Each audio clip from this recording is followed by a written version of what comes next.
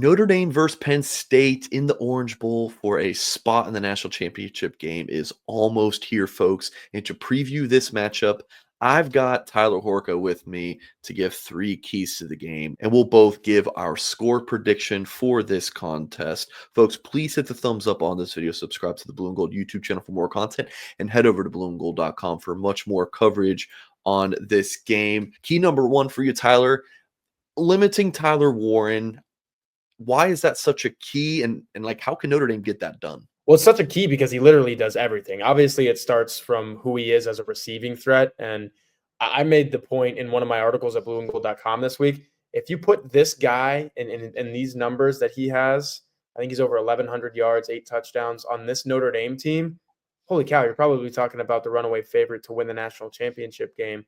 He's on Penn State, and I think Penn State's roster is a little limited, probably more so than Notre Dame's, and that's why they're not the favorite to win. But he might be the best player in this thing. Like he is that good. He's rushed 24 times for 197 yards and 4 touchdowns. He's completed 3 of 6 passes for a touchdown. He's literally done everything. He was the number 7 guy in the Heisman Trophy voting for a reason. I have a Heisman Trophy vote myself, and I've kind of like second guessed myself. Why didn't I put this guy in there? Because he's literally Penn State's best player on a team that's in the Final Four. Tyler Warren's that type of guy, Mike. Like he's a Cam Scatabo. He's a Heisman 3, 4, 5, finished 7th, but if he wasn't a tight end, he's probably finishing a little higher. Maybe the best player in this football game. I know Jeremiah Love has something to say about that, Xavier Watts, but like he's a dude. He's Brock Bowers-esque, I would say, because remember what Georgia did with Brock Bowers? Literally everything. It's about kind of taking that away. And how do you do that? You get after the quarterback, right? You do exactly what Notre Dame did to Georgia's Gunnar Stockton last week, was 4 sacks. I thought everyone talking about this stat and that stat. If you're a stats person, you have to be pointing at the fact that Notre Dame sacked the quarterback 4 times. Notre Dame sacks Drew Aller 4 times. That's 4 fewer times than he can get it to Tyler Warren. And that probably means that Notre Dame is pressuring him even more times than that. You're and right. that you can't get it to Warren as well. So that's a big part of all this. And then obviously the personnel on the back end, like Xavier Watts, Don Schuler, even some of the linebackers. You got to get after this guy. You got to make his day really, really tough. Talked about this in our show on Tuesday night. Like, if there's one guy I trust to scheme something to stop him, or at least limit him, as the key says, it would be Al Golden. And key number 2, I talked about this also in our show, like on Tuesday, Notre Dame may not have a high-flying passing attack, and your key running back is banged up, but you can still win this football game in all facets of the game. Like you always say, offense, defense, special teams. But for me, I throw in coaching there because coaching can have such an impact with some of those in-game adjustments and then like the key calls, like kick or go for it, like some of those things. Yeah, and I'll start with that last part first. There's so many little things in games of this magnitude that add up to be big things by the end of it. Like, Mike, we watch football games all the time, right? It's not just Notre Dame for us. We literally love to watch football games and just kind of say, oh, that's going to matter later and blah, blah, blah. It happens all the time.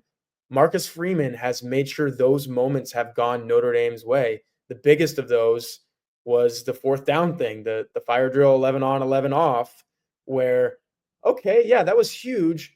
But, Mike, all it was 5 yards and a 1st down. Georgia could have gotten the ball back on the next series, and it's like, okay, we only lost 2 minutes. No. Notre Dame takes advantage of that, turns out more 1st downs via the run. Credit Riley Leonard for that. Credit the offensive line. Jadarian Price had a hand in that drive. That's winning on offense after winning on coaching. Special teams, Jaden Harrison win. Mitch Jeter win. Let's go to defense. It's holding Georgia to 2 of 15. And I know I'm talking all about that game, but it's the same thing for the Penn State game. Penn State is a upper tier Big Ten team. Georgia was an upper tier SEC teams. Those are the 2 conferences. You want to win a national championship, you've got to go through those teams. How do you do it? You win in all 3 phases. You sack the quarterback, recover the fumble, and you score on the very next play. Bo Collins scored on the very next play. Like, this is all complementary football. It all works together.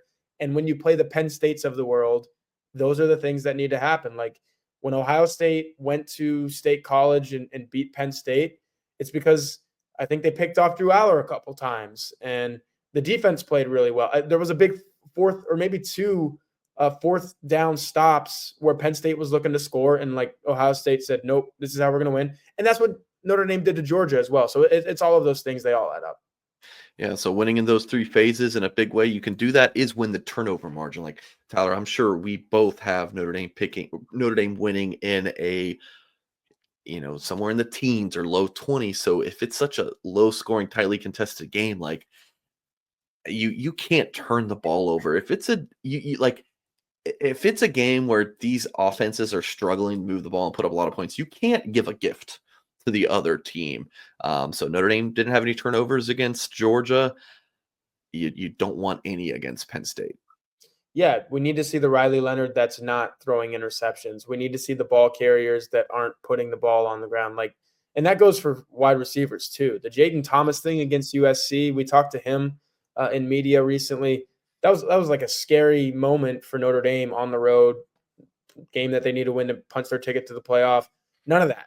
Just take care of the ball. If you got to punt it, punt it. James Rendell's better right now than he was earlier in the season. Just don't give the team, the opposition, the ball in a favorable position, because that's what Louisville scared Notre Dame with earlier in the year. Notre Dame's way better than Louisville, but if you give teams life and give teams chances, they can take advantage of that. So if you're Notre Dame, it's quite simple. Take care of the football, because I think Penn State's actually really kind of like Notre Dame, really good at turning teams over. So you got to be wary of that, and you got to take care of the football.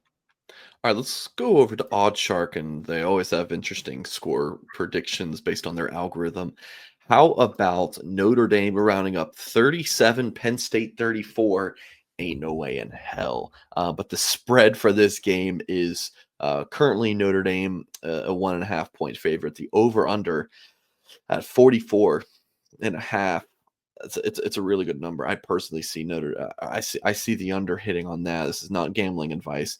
And then the OddsShark experts, you got one saying Notre Dame to take the Irish 1.5.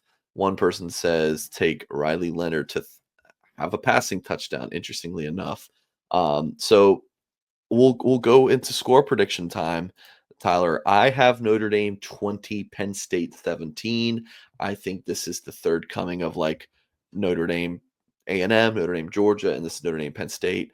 I think it's going to be low scoring. I think it's going to be tighter on the scoreboard, but the A&M game, Notre Dame won by 10. That game was close. This Georgia game, it was close, although Notre Dame controlled. I think this one is going to be even tighter on the scoreboard. Penn State may not have like the athletic freaks that those like a Georgia does, but they seem similar to Notre Dame in that they're just put together. It's a well-coached team. They're going to come into this game ready, but I still like Notre Dame to win by 3 points. Tyler, what do you think? I've already given you all the X's and O's, so I'm going to make this short and sweet. And I'm probably going to surprise some people in the process. I've got Notre Dame winning, going away a little bit. And was that 44.5 the over-under again? That's crazy, because I've got Notre Dame 31, Penn State 14.